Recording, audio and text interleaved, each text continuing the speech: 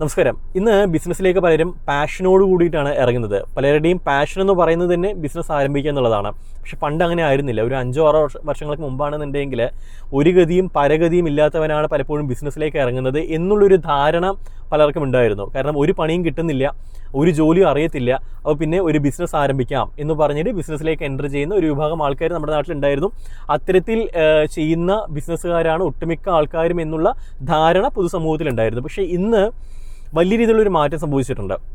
കാരണം ഇന്ന് പഠിച്ചിറങ്ങുന്ന വിദ്യാർത്ഥികളോട് ചോദിച്ചു കഴിഞ്ഞാൽ അവർ പ്രധാനമായും ഒട്ടുമിക്ക ആൾക്കാരും പറയുന്ന ഒരു കാര്യം, എനിക്കൊരു ഓൺട്രപ്രണർ ആവണം, ഒരു സംരംഭകനാവണം, ഒരു സ്റ്റാർട്ടപ്പ് ആരംഭിക്കണം എന്നുള്ളതാണ്. അത്തരത്തിലൊരു പോസിറ്റീവായിട്ടുള്ളൊരു മാറ്റം ഉണ്ടാവുന്നുണ്ട്. പക്ഷേ അതിനോടൊപ്പം തന്നെ അത് പലപ്പോഴും വലിയ രീതിയിലുള്ള ഡിസാസ്റ്ററിലേക്ക് മാറുന്നുമുണ്ട്. കാരണം എല്ലാവരും ബിസിനസ്സിലേക്ക് എൻ്റർ ചെയ്ത് കഴിഞ്ഞാൽ പണിയെടുക്കാൻ ആരെങ്കിലുമൊക്കെ വേണ്ടേ, എന്ന് വെച്ച് കഴിഞ്ഞാൽ എംപ്ലോയി ആയിരിക്കാൻ ആരെങ്കിലുമൊക്കെ വേണ്ടേ എന്നുള്ളൊരു ചോദ്യം വരുന്നുണ്ട്. അത് മറ്റൊരു വിഷയമാണ്. പക്ഷേ ഈ ബിസിനസ്സിലേക്ക് എൻ്റർ ചെയ്യുന്ന സമയത്ത് സ്പെഷ്യലി സ്റ്റാർട്ടപ്പ് എന്ന് പറയുന്ന ആ ഒരു ടെർമിനോളജി ഉണ്ടല്ലോ, പലരും അത് കൃത്യമായിട്ടുള്ള രീതിയിലല്ല ടെർമിനോളജി മനസ്സിലാക്കിയിട്ടുള്ളത്. എനിവേ, ഈ സോ കോൾഡ് സ്റ്റാർട്ടപ്പിലേക്ക് എൻ്റർ ചെയ്യാനായിട്ട് നോക്കുന്ന ആൾക്കാർ ഫേസ് ചെയ്യുന്ന ഏറ്റവും വലിയ വെല്ലുവിളി എന്ന് പറയുന്നത് ഫണ്ടിങ് ഇഷ്യൂ ആണ്.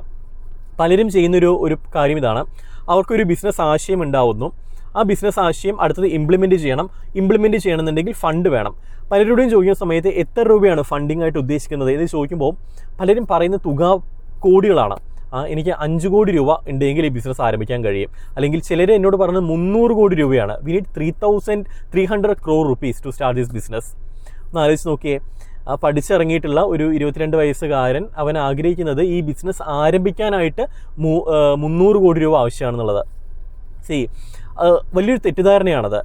ഈ 300 അല്ലെങ്കിൽ ഈ 1 കോടി 5 കോടി എത്ര ആയിക്കോട്ടെ, ഈ എമൗണ്ട് അവർ റേസ് ചെയ്യാൻ ഉദ്ദേശിക്കുന്നത് ഇൻവെസ്റ്റേഴ്സിനെ വെച്ചിട്ടാണ്.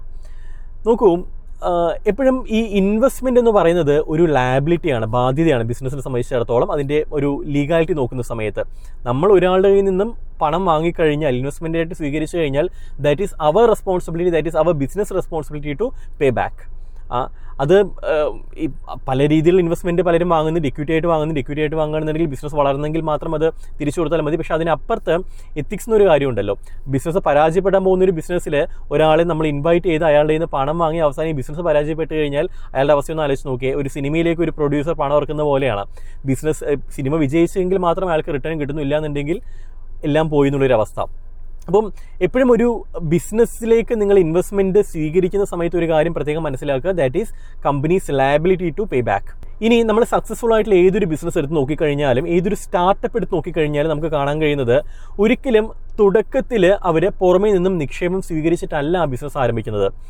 ഏതൊരു ബിസിനസ്സും നല്ല രീതിയിൽ മുന്നോട്ടേക്ക് പോകണമെന്നുണ്ടെങ്കിൽ അതിനൊരു ഒരു സ്ഥിരത വേണമെന്നുണ്ടെങ്കിൽ, ആ ഗ്രോത്തിനൊരു സ്ഥിരതയുണ്ടല്ലോ, അത് വേണമെന്നുണ്ടെങ്കിൽ ബൂട്ട് സ്ട്രാപ്പിംഗ് തന്നെയാണ് ഏറ്റവും മികച്ച മാർഗം എന്ന് പറയുന്നത്, ഫണ്ട് റേസിംഗ് മാർഗം എന്ന് പറയുന്നത്. ബൂട്ട് സ്ട്രാപ്പിംഗ് എന്ന് പറയുന്നത് സ്വന്തം പൈസ കൊണ്ട്, സ്വന്തം നിക്ഷേപം കൊണ്ട് ബിസിനസ് ആരംഭിക്കുക എന്നുള്ളത്. സ്വന്തം സേവിങ്സ് കൊണ്ടോ അല്ലാന്നുണ്ടെങ്കിൽ വീട്ടിൽ നിന്ന് വാങ്ങുന്ന ഫാമിലിയിൽ നിന്ന് വാങ്ങുന്ന ചെറിയ തുക കൊണ്ട് ഒരു ബിസിനസ് ആരംഭിക്കുക എന്നുള്ളത്, അത് തന്നെയാണ് ഏറ്റവും സേഫസ്റ്റ് ആയിട്ടുള്ള, ഏറ്റവും best way to start the business.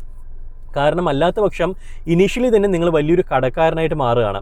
ആ കടം തിരിച്ച് കൊടുക്കുക എന്ന് പറയുന്നത് നിങ്ങളെ സംബന്ധിച്ചിടത്തോളം വലിയൊരു പ്രഷർ കുക്കറിനകത്ത് നിങ്ങൾ ഇരിക്കുന്ന ഒരു അനുഭൂതിയായിരിക്കും നിങ്ങൾക്ക് ഉണ്ടാവുന്നത്.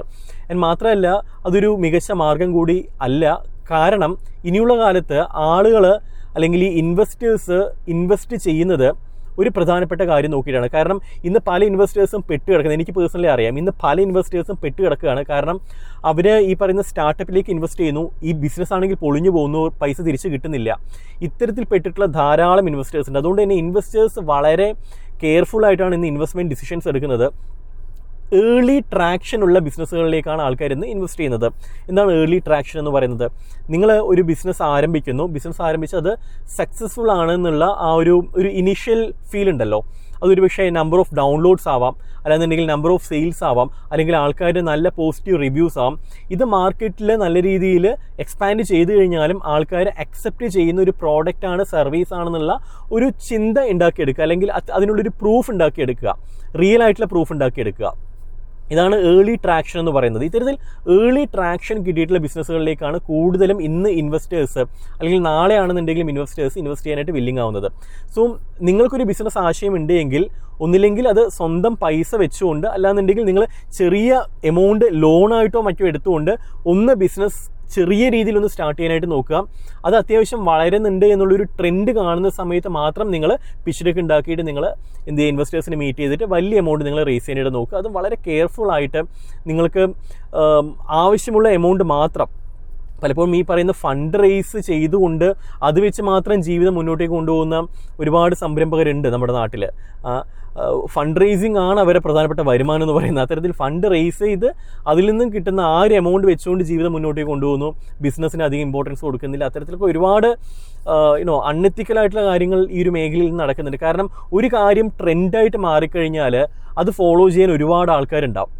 അവിടെ സ്വാഭാവികമായിട്ടും എന്ത് സംഭവിക്കും, അതിൻ്റെ ഒരു കോർ അല്ലെങ്കിൽ അതിൻ്റെ ശരിക്കും അത് എങ്ങനെയാണോ നടക്കേണ്ടത് അങ്ങനെ ആയിരിക്കത്തില്ല നടക്കുന്നത്. അതിനുള്ള ലൂപ്പ് ഹോൾസ് ആൾക്കാർ കാണും, അത് പല രീതിയിൽ ആൾക്കാർ മിസ്യൂസ് ചെയ്യും, അങ്ങനെ വലിയ പ്രശ്നങ്ങളിലേക്ക് അത് എൻ്റർ ചെയ്യും. So make sure to get that initial traction. ആ ഇനീഷ്യൽ ട്രാക്ഷൻ കിട്ടിയതിന് ശേഷം മാത്രം നിങ്ങൾ ഓരോ സ്റ്റേജ്, കാരണം ഫണ്ട് റേസിങ്ങിന് ഓരോ സ്റ്റേജസ് ഉണ്ട്.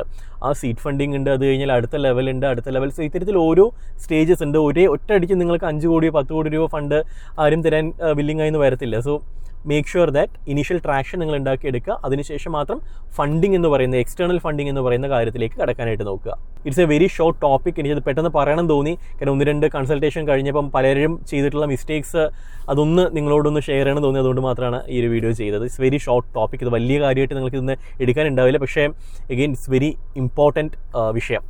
മറ്റൊരു വിഷയമായിട്ട് കാണാം. അതിൽ Siju signing off. Good bye.